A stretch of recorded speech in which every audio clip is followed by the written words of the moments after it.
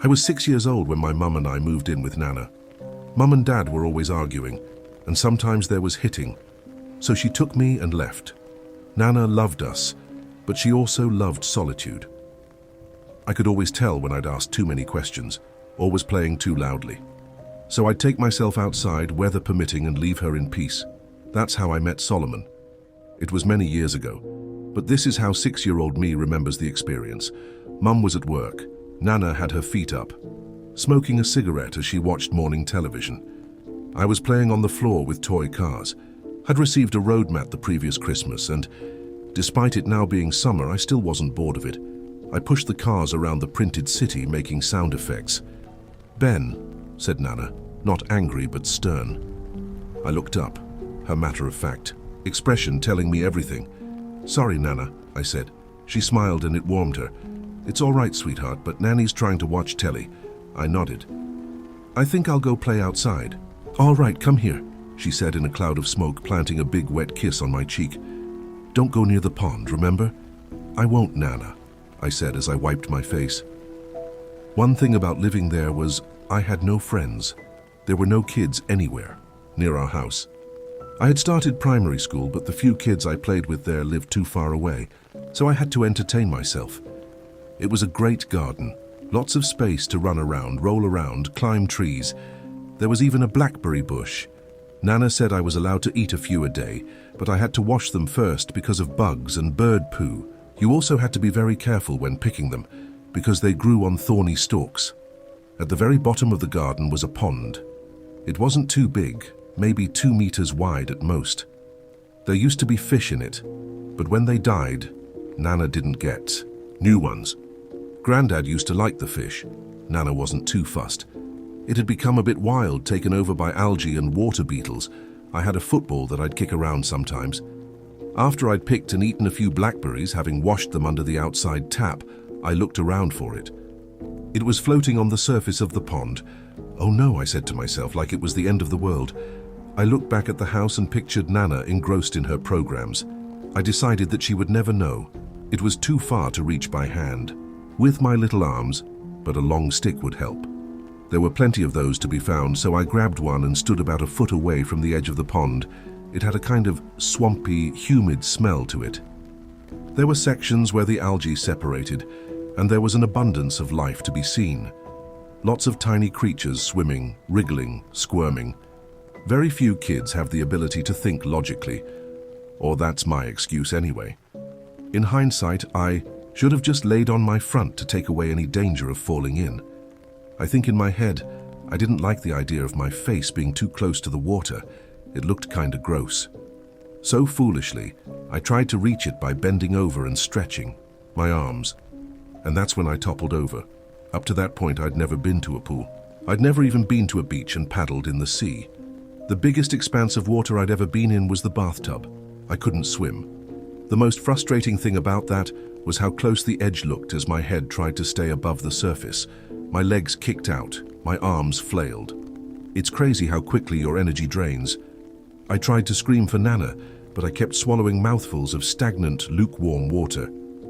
I panicked, my head dropping below the surface. I'd emerge briefly, feeling clumps of algae stuck to my face before going back under. Eventually it went dark. And then it wasn't again. I was choking up water, laying a few feet away from the pond, soaking wet. I took in long, deep breaths as I stared into the bright blue sky. I closed my eyes and started to feel tears coming on. Then came a voice. "Don't cry, little one." It sounded like a man, but it wasn't a deep voice like my dad's. It was soft and kind. It reminded me a little of my teacher, Mr. Woods. He always sounded cheerful.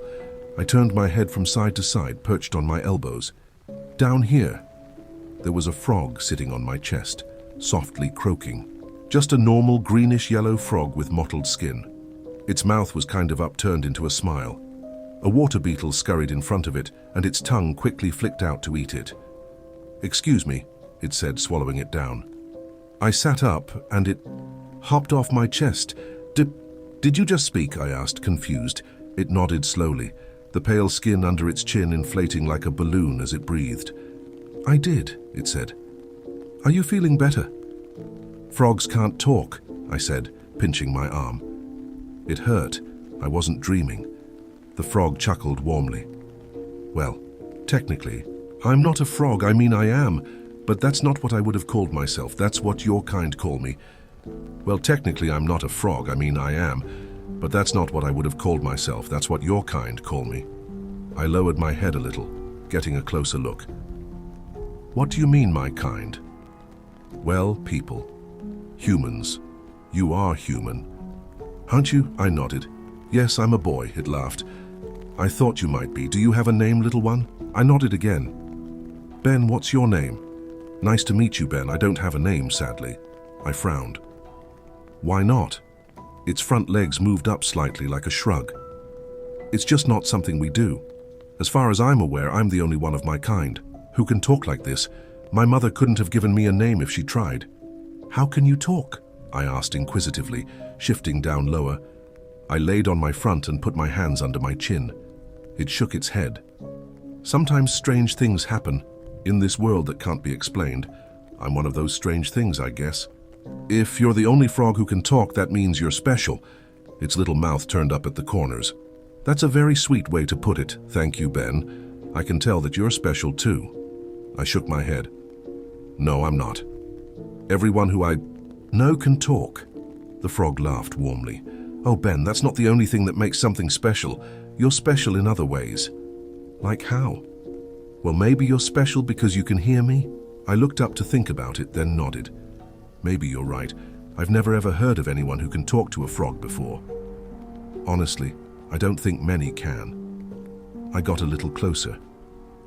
Can I touch your skin? Its mouth opened as it laughed. Why on earth would you want to do that? My friend Henry Collins said frogs feel slimy. Well, that's just rude, it said. I'm sure this Henry Collins is slimy himself. I laughed, shaking my head. No, silly, he's like me. For all I know, you're slimy too, it said. I'm not, feel. I held out my hand palm side up, just in front of it. It hopped a little closer. Then one of its little webbed feet pressed down on one of my fingers. There was a slight cool sensation.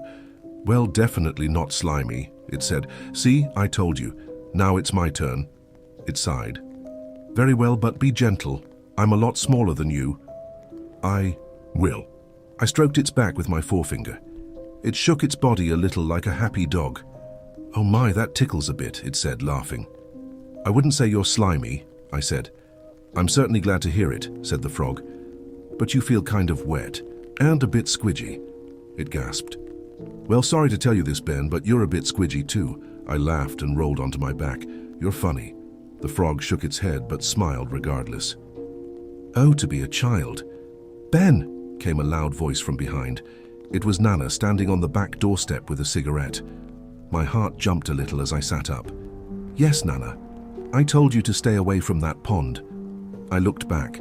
I was a few feet away from it. I'm not that close, Nana. She took a drag and blew a big cloud of smoke. I don't care, get away from it now. Then she went back in the house. Oh dear, said the frog. I might have just gotten you into trouble. I shook my head. No, I did that myself. I was silly and fell in because I was too close. I paused and got lower again. Wait, did you see how I got out? The frog shook its head. Can't say I did, but I'm glad you're all right. I accepted it as just one of those things. I better go or I will be in trouble. I sat up. Are you always here? It nodded and turned its head to the pond. Yes, that's my home. Please come and see me again sometime. I nodded. Definitely, but I'll have to be careful Nana doesn't see me. It laughed warmly again. I understand. Just to be safe, maybe it's best if you don't tell Nana or Mum or even Henry Collins about me. They might not understand. Does that sound reasonable? I nodded. I don't think anyone would believe me anyway. It gave a slight nod. I think you're right.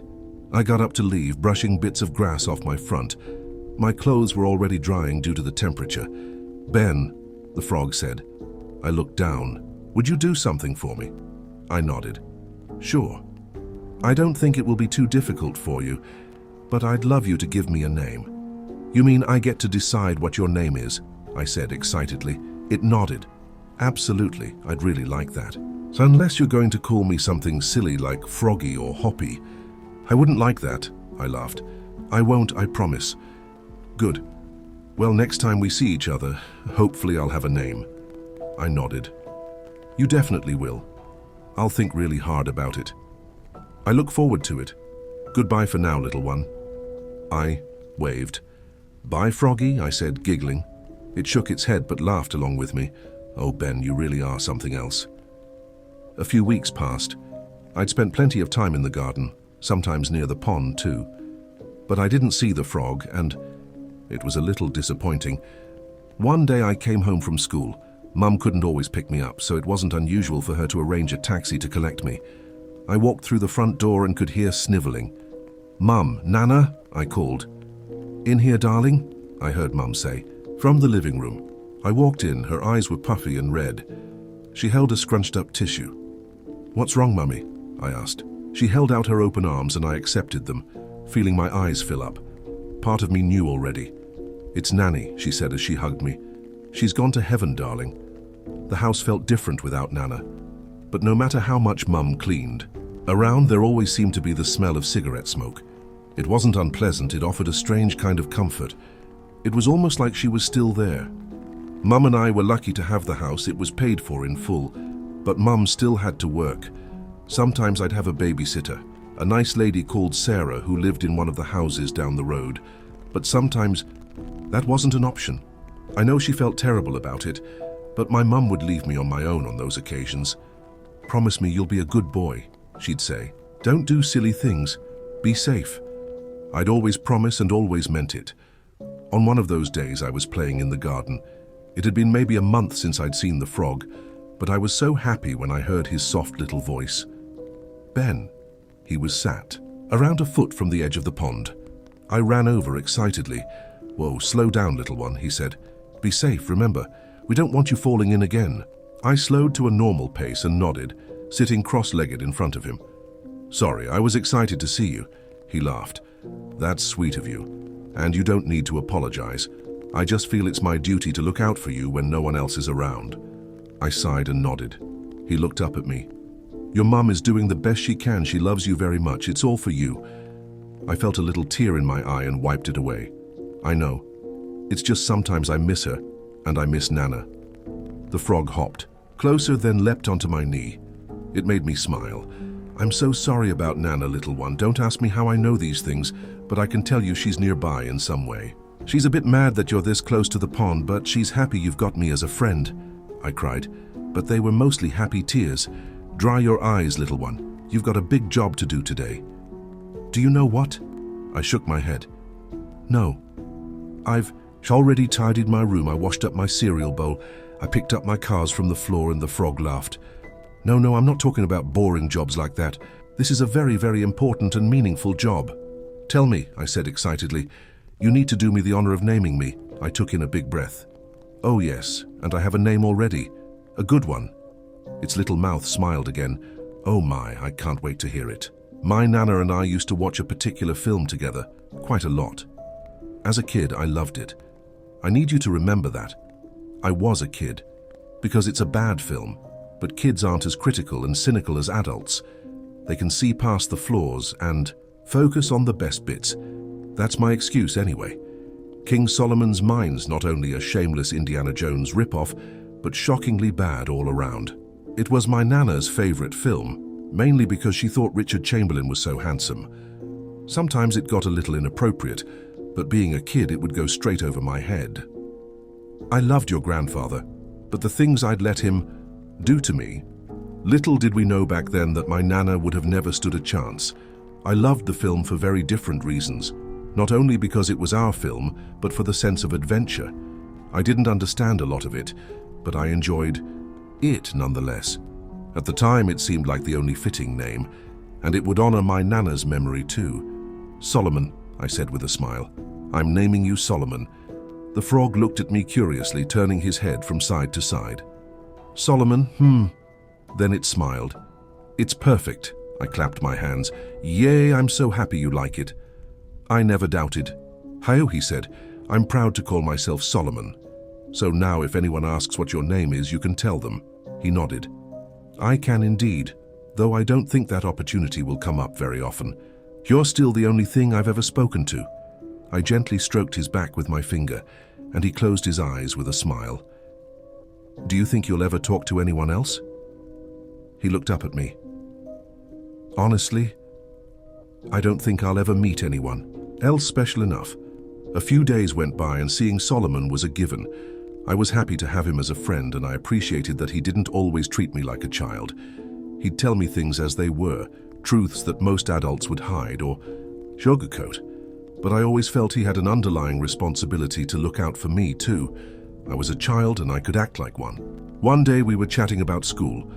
I was laying on my back and Solomon sat on my chest like the first day I met him. He cut me off mid-sentence, tapping his little webbed foot. He turned his head to face the house. Sorry, little one. Something's not right. I perched up on my elbows. What is it, Solomon? I could see a change in his expression. He looked concerned. He had this amazing ability to show emotions like we do. Ben, someone's coming. Someone you'll recognize. I need you to know that whatever happens right now, you'll be safe. Do you understand? I sat up and Solomon leapt onto the grass. You're scaring me, Solomon. I don't mean to, little one. It might get scary, but believe me, you'll be safe. My breathing started to get heavier, and I felt butterflies in my stomach. Solomon hopped closer and rested a foot on my hand. Look at me, Ben. I looked down. My breathing stuttered. Do you trust me? My lips trembled a little, but I nodded. I did trust him, as much as I trusted my mum or Mr. Woods. Good boy, he said. I heard a loud noise come from inside the house. It made me gasp. Remember, you'll be safe. I'll always be honest with you, but you need to go see who it is. I sniveled a bit and nodded, standing up slowly and turning to the house. I started walking. I'm here, little one, he called from behind. I walked closer to the house, hearing the sound of furniture moving around. Every now and then I heard an expletive. I did recognize the voice. It was my dad. I hadn't seen him since we moved into Nana's house. I didn't want to. He wasn't nice to Mum. I walked into the back door and through the kitchen, following the sounds of disturbance. They took me to the living room where he was, rummaging through drawers. It took him some time to notice I was there. He jumped when he saw me. Jesus fucking Christ, Ben. My hands shook a little. I didn't like it when he used bad words. What are you doing here? I asked, my voice wavering. He shook his head. Hello to you too, boy. Where's your mother? She was at work. I couldn't lie and say she was home, so I said nothing. He laughed. She's not here, is she? The worthless bitch. Left you on your own. That's negligence, leaving my fucking son unsupervised. Who does she think she is? Stop saying bad things about Mum, I shouted, my whole body trembling. She's got you fucking wrapped around her little finger, hasn't she? He started to step closer. I backed up. What lies has she been feeding you, huh? Turning my own son against me. She didn't tell me anything, I cried. I heard the things you said. I saw what you did. He shook his head and grinned in a sarcastic way. Right. Well, you're a little kid and have a wild imagination. She's twisted it. I didn't do shit. I slowly stepped back through the hallway as he edged closer. Anyway, I heard the mother bitch. He's 6 feet under. There's gotta be some cash around here. That Scrooge hated spending money unless it was for a pack of John Player specials, huh? I shook my head. There's nothing. He smiled. Well, I'll just have to keep looking on my own then. There's nothing, I shouted. Stop saying bad things. Get out. The phone was on a little table by the staircase. It was just behind me. I ran to it and started dialing 999. It was a rotary dial, and each 9 took forever to make its way round. I'd barely managed 2 before he snatched it out of my hand. You little shit, he sneered, pushing me back against the staircase. What the fuck do you think the police are gonna do? They'll take you away. Is that what you want?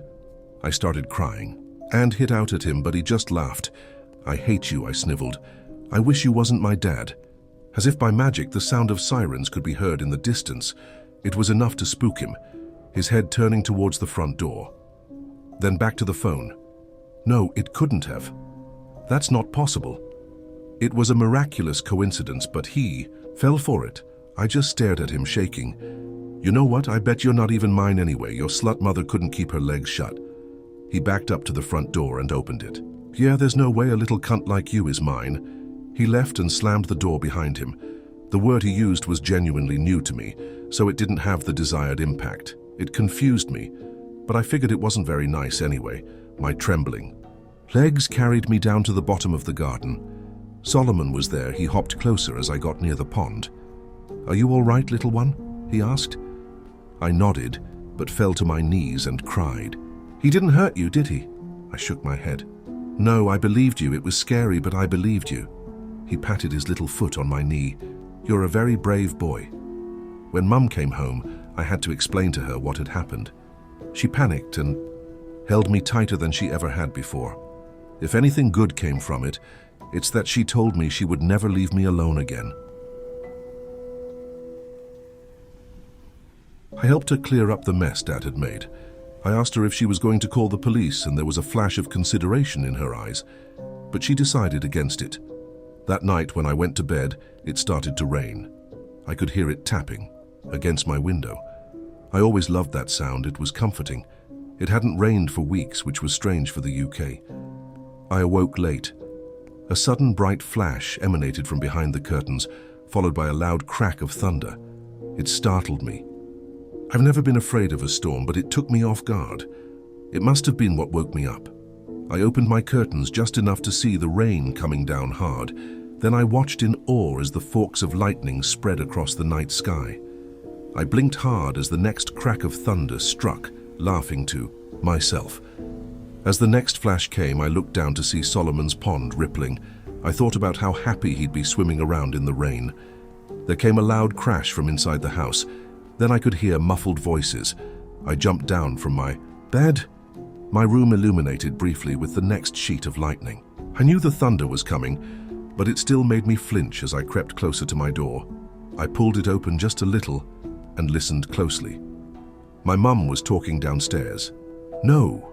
shouting. Then came the voice that my heart already knew was responsible for it. My legs felt like jelly as I quietly walked across the landing and held onto the banister, looking down. A flash of light spread across the floor. Then a loud scream mingled with the rumbling thunder. It filled me with dread.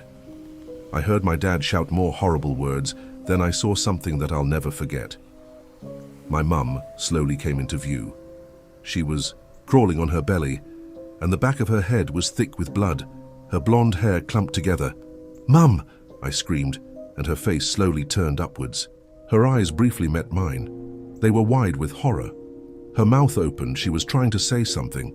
Then she collapsed. As I started to cry, my dad came into view. He was holding a hammer, the head of it a glossy dark red. He looked up and sneered as the lightning struck again, and the crash of thunder was like a starting gun. I ran back into my room as I heard my dad on the staircase, slamming the door shut. There was a chest of drawers just to the side, and being young and stupid, I thought I might be able to push it over to stop him from getting in. The reality was it didn't move an inch. He burst in, making me scream. "Time to be with your whore mother," he snarled, swinging the hammer down. I managed to duck out of the way and it smacked into the side of the drawers. I was on my hands and knees crawling to my bed. I wanted to go underneath it, like it would fool him. That silly childish logic again. I didn't get far though. He picked me up by the scruff of my Thomas the Tank Engine pajamas. He held me up by one hand, the other holding the hammer high above. The lightning revealed strands of blonde hair matted to the head with blood. He grinned in such an evil, hateful way. "You know how I know you're not really mine? I have no problem with bashing your tiny little skull in." I grabbed onto his wrist for support. His clenched fist was just in front of my face. I wanted to try and bite it, but I knew I couldn't reach. So I did the next best thing. As the hammer rose higher, I kicked out as hard as I could with my left foot. I got him good between the legs. The pain I felt in my bare toes was excruciating, but it paid off. He dropped me and fell back groaning as he let go of the hammer and held his crotch. But of all the places he could have rested, it had to be against the door. I jumped on my bed and threw my curtains open, scrambling to open the window. My dad was moaning behind me. "You little fucker," he said. It was a pitch higher than normal. The window opened outwards, my face splashed with rain. I looked down and could just make out the roof of the little extension that was part of the kitchen. The lightning gave me an even better look. It didn't look like too much of a drop, but it was scary enough to make me hesitate. "You're dead," "Boy," he screamed, lunging for the hammer and then throwing himself on the bed. I screamed and hung backwards from the window, my hands gripping onto the ledge. The rain came down hard on my face, but I could make out his blurry outline. The flash in the sky showed him looming over me, and as the next thunderclap came, the hammer came down. It caught my wrist. I barely had time to acknowledge the pain. Then I was falling. I hit the roof feet first, toppled over, then rolled down the slightly slanted tiles until I met the edge. I tried to cling on to something, but my hands wouldn't grip, slipping with the combination of water and slimy rooftop moss. I hit the back garden hard, knocking the wind out of me. If it hadn't been raining, it might have been worse. The sodden grass somewhat cushioned my fall. That being said, I was frozen for a good few seconds as I tried to catch my breath. As soon as that was under control, that's when I really started to notice the pain in my wrist and toes. I managed to roll over and get to my feet. The back garden was darker than the house, but every flash helped me see the way. I held my wrist to my chest, supporting it with my other hand, and limped in the direction of Solomon's pond. My tears were indistinguishable from the rain. My body was as wet as it had been on the day I met Solomon, and almost drowned. My dad's voice roared from somewhere behind me, making me take in a sharp breath. "I am coming for you, boy. No one will recognize you when I'm done crushing your face." I darted into the greenery on my left, ducking down. I crawled in, wincing as I put pressure on my bad wrist. I didn't stop until I felt a sharp pain on my right shoulder. It was a thorn. I was in one of blackberry bushes. I sat up and turned around, pulling my knees up to my chest for comfort. Then I slowly rocked myself as my lips trembled. When lightning struck, I saw my dad looking around the garden. The hammer was constantly raised above his head. He poked his head inside bushes, looked behind trees. He smashed the windows of the little garden shed we had and was adamant he'd found me, screaming with anger when he realized I wasn't inside. "Get your fucking ass out here now." Every crack of thunder made me jump like I wasn't expecting it. My dad turned his head to the sky and roared along with it like a taunt, an intimidation. I closed my eyes tight and continued to slowly rock as my dad started to move over to my side of the garden. There appeared to be another miracle. The second of the day. The storm must have been testing the electricals of the house and something triggered the fuse box. Most of the lights went out. It got his attention. "Gotcha!" he yelled and ran up the garden. The next flash revealed he'd gone back in the house. I slowly crawled out of the bush and got to my feet, heading left and limping the last few steps to the pond. I was exhausted and in more pain than I'd ever experienced before. But hearing Solomon's voice made everything feel better. For just a moment, little one. I couldn't see him at first, but I could tell I was close to the pond by the sound of the rain as it hit the surface. With a flash, I saw him there on the edge. I fell to my knees and collapsed to my side. "Solomon," I cried, reaching out with my good hand. I held it upright and he hopped onto it with a croak. "Little one, we don't have much time." I took in a stuttered breath. "He killed my mum," I cried. "He killed my mum, Solomon." He patted my hand with one of his webbed feet, shaking his head. "No, Ben, in time she will make a full recovery." I sniveled. "How do you know?" "Because I'm special, remember? I also know you've broken 2 of your left toes. And your left wrist is fractured." My jaw dropped, my mouth splashed with rain. "How?" "I just do, little one. Your mother will be fine. Trust me," I bawled, but it was mostly relief. I believed him. "He's still here, Solomon. He's trying to get me." He gently tapped on my hand. "I know, little one, but I can help you." I got up to kneel and Solomon leapt from my hand. By that point, I wasn't only shivering from fear, but cold. The rain wasn't letting up. "How?" I asked. "Are you feeling brave?" I shook my head. "No. I'm scared, Solomon. He's going to hurt me like he hurt Mum." He hopped closer and patted my knee. "I won't let him, Ben. But I need you to be a big, brave boy. Can you do that?" I looked over my shoulder. The house briefly illuminated in a flash. Then the lights went back on. It made my heart jump. "Please, little one. Be brave." I turned back and nodded, but I didn't feel brave at all. My stomach churned. "What should I do?" "Something scary. I need you to bring your father to me." I held my bad hand to my chest. How, Solomon? He'll hurt me before I have the chance. He shook his head. Not if you're fast. And clever. I know you're clever. I started crying again. But I'm just a little boy, Solomon sighed. Oh, Ben, I wish I could hug you. You're so much more than just a little boy. Before I met you, I was just a little frog. But you made me special, because you are special. Believe in yourself, little one. I mustered a small smile and stroked Solomon on his back. We make each other special, don't we? He smiled and croaked. Exactly. Now bring your father to me, you can do it. Fast and clever. I gulped, wiped my nose with the back of my good hand and nodded. By that point, the thunder no longer made me jump. That made me feel somewhat brave. I slowly stood up and Solomon leapt to the edge of his pond. Turning, I started walking up the garden. The soft, wet ground squidged between my toes and soothed the broken ones a little. Ben, called Solomon. I looked over my shoulder. Thank you for being my friend. I smiled as best as I could under the circumstances, giving him a slight nod. I didn't say anything, but I didn't have to. Solomon and I had a connection. My heart was filled with warmth in that moment, and it spurred me on. I watched as Solomon turned and hopped into the pond with a splash. Then I started preparing for the scariest thing in my life. The back door was open. It was eerily quiet inside. A small part of me had hoped that my dad had left, but I couldn't be sure. I picked up a small saucepan that sat on the counter, my hand trembling. Then I banged it on a cupboard door. Dad, I called. I'm here. It didn't take long at all. Within a few seconds, I heard heavy footsteps on the floorboards. Then he appeared in the kitchen doorway. The hammer was by his side. He grinned. Oh, I'm going to enjoy this. He raised the hammer and lunged forward. The first thing I did was throw the saucepan in his direction. That hadn't been planned, but felt like a wasted opportunity if I didn't. It barely touched him, but it was worth a try. I turned and ran, going as fast as I could given my foot injury. It didn't take long to hear a thump and a painful yell, and I allowed myself to look over my shoulder.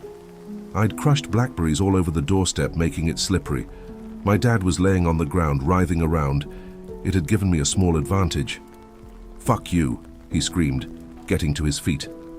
I gasped as I turned back to face the back of the garden. My little toes were so painful, but I still ran as fast as I had in the 100-meter race on my school's sports day. At least it felt like it. But I knew my dad was twice, maybe even 3 times faster than me. It wouldn't take him long to catch up.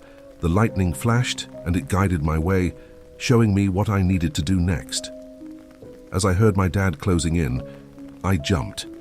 I landed on the wet grass with a little slip, but managed to compose myself and kept running. I heard another yell and looked over my shoulder again. My dad was laying on the ground again, swearing. We had a pile of logs in the shed for winter fires, and I'd placed some in the garden. Ben, he screamed, getting to his feet. I'm gonna start by smashing in your fucking teeth. I turned back and kept running, relying on the lightning again. The thunder roared, but I could still hear my dad behind me. I jumped over another log, but that one didn't stop him. He was looking out for them now. My last attempt at slowing him down was coming up, though he'd need to be closer for that to work. Not that I needed to slow down, I was practically within his grasp. He laughed maniacally, and I could hear the hammer as it swiped through the... Here I jumped again, but this time I didn't land straight away. There was a branch sticking out from my favorite climbing tree, and I used it to swing myself a little further ahead. When I let go, it swung back and smacked my dad in the face.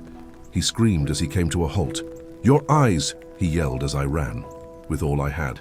That was the last of my obstacles. I'm going to start by gouging out your eyes. I felt panic rising inside as I sprinted the final stretch to Solomon's pond. My bad hand clung to my chest, feeling my heart beating hard beneath it. My dad wasn't too far behind now, and there was nothing between us. With a flash of light, I saw the pond, but I saw something else too that gave me a little fright.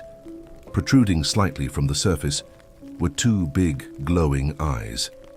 Then they raised, up slightly to reveal a wide mouth that was upturned in the corners like a smile. As the thunder rumbled, I heard a deep croak, and the pale flesh below the mouth inflated intermittently. The eyes were fixed onto mine, and with a final flash of light before I reached the pond, the large head motioned to the sky. I understood. My dad had stopped speaking hateful words, and instead screamed in a constant fit of rage. I took a deep breath and leapt as my toes reached the edge of the pond, landing in the middle of the squidgy wet head. It flicked up slightly to spring me to the other side, where I landed straight on my arse. I had just enough time to turn and see my dad's terrified reaction as Solomon emerged from his pond in a geyser of water. Solomon roared and shot out his large tongue. It wrapped around my dad's ankles and pulled him over. I watched in disbelief as he dropped the hammer and tried to claw at the soft ground. Solomon began to retreat back underwater. My dad's screams were more terrifying than the disturbing threats he'd hissed throughout the evening. All I could see was the very top of Solomon's head as my dad was pulled into the water, his lower legs submerged. "Help me," he screamed, his hands tearing at patches of grass. He turned to look over his shoulder, at the face of what was to end his violent attack. My dad was as pale as snow, his nose bloody from the tree. I heard a loud croak as Solomon raised out of the water, then closed his mouth around my dad's waist. He smacked at Solomon's head as he struggled, but I could see him becoming visibly weaker as I heard the sound of crushing bones. Finally, my dad's eyes met mine. I can't be sure, but I think I saw the moment that life left them. They just appeared, there to be void of any emotion as Solomon dragged him to the depths, and the pond became deathly still. Just a few weeks ago, I happened to be in the area of my Nana's old house. I've long since moved away, as has my mum, who is as fit and healthy as you'd expect a 70-something to be. I pulled up outside and took a deep breath as I looked upon it with mixed emotions. The exterior hadn't changed a great deal. The windows were more modern, that was about it. The front door opened and a woman came out, walking down the garden path. I shut off the engine and stepped out of my car. "Can I help you?" she asked cheerfully. "Are you lost?" I smiled. "No.